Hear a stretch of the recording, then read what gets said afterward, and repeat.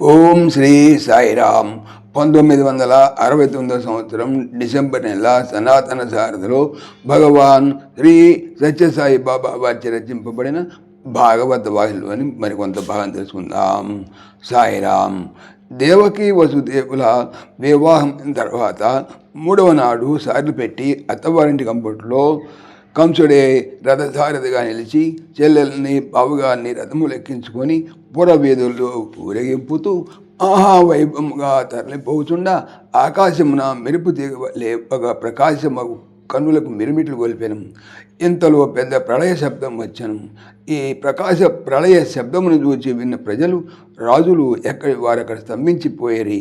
వాయిద్యములు నిశ్శబ్దమాయను. పురవీధి అంతయు ప్రశాంతముగా ఉన్న సమయమున ఆకాశమును కొన్ని స్పష్టమైన పదములు వెలువడెను. అవి ఏమనా, ఓ కంసభూపాల, ముందు సంగతి తెలియని మూర్ఖుడవైతేవి. ప్రాణసమముగా ఏ చెల్లెల్ని ప్రేమించి రథమును నిడుకొని అత్యంత వైభవముగా రథము నడుపుతున్నావో ఆ చెల్లెలే అష్టమ గర్భమునందే నిన్ను హతమార్చువాడు పుట్టబోతున్నాడు. ముందు సంగతి యోచించు అని ప్రకాశవంతమైనటువంటి ఒక దివ్య రూపము కనిపించి అంతర్ధానమయ్యను. ఆ మాటలు విన్న రాజులు ప్రజలు భయభ్రాంతులకు లోనై ఉన్న ఉల్లాసము వైభవము ఒక మారు మటుమాయమయ్యను. రథమందున్న కంసునికి కడుపులో నిప్పులు రేగెను. తడపడుచు ఏమీ తోచక కరములు గుర్రములు పగ్గములు వీడెను. హృదయం రౌద్రము చేరిండెను. ఆలోచనలు అత్యంత వేగముగా వికార స్వరూపము ధరించాను. కడకు ఒక నిర్ణయమునకు వచ్చి చెల్లెలున్న కదా ఆమె గర్భమున నన్ను చంపువాడు పుట్టుట, ఆమెనే లేకుండా చేసిన ఆ హంతకుడు జన్మితుడు కదా అని తలంచి వెనకన కూర్చున్న చెల్లెలు కురులు పెట్టి ముందుకు లాగి ఖడ్గము తీశాను. ఈ ఘోర దృశ్యమును చూచుటకు ఎట్టి వారికి నీ మనసు ఒప్పలేదు.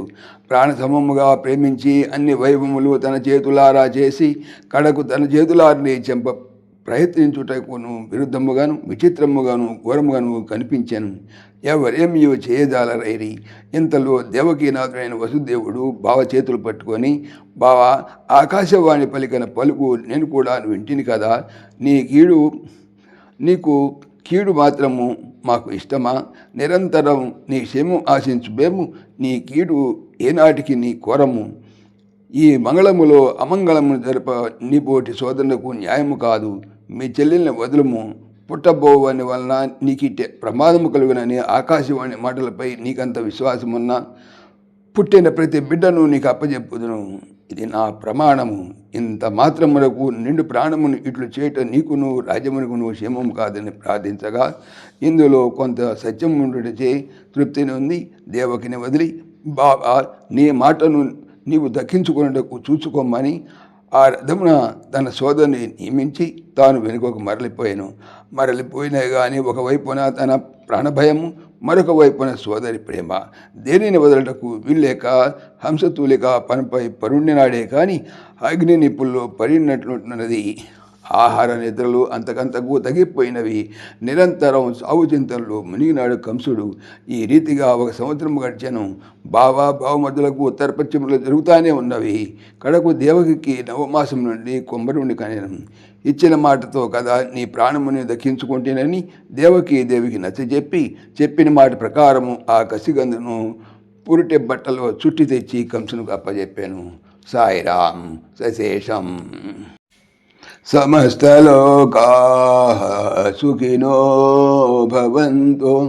సమస్తలోకాః సుఖినో భవంతు. సమస్తలోకాః సుఖినో భవంతు. ఓం శాంతి శాంతి శాంతి. जय बोलो भगवान श्री सच्चे साई बाबा जी की जय. सर्वं సాయిశ్వరార్పణమస్తు. ఆత్మీయులకు మనవి, ఈ ఛానల్తో పాటుగా లెరన్ భగవద్గీత, లైవ్ గీత అనేటువంటి భగవద్గీత ఛానల్ మరియు భక్తి పరిమళ టీకా భాగవతం అనే భాగవత మరో ఛానల్ను స్వామి నా చేత చేయిస్తున్నారు అని తెలుపుతున్నాను. వీటికి సంబంధించిన లింక్స్ డిస్క్రిప్షన్లో చూడవచ్చు. సాయిరామ్.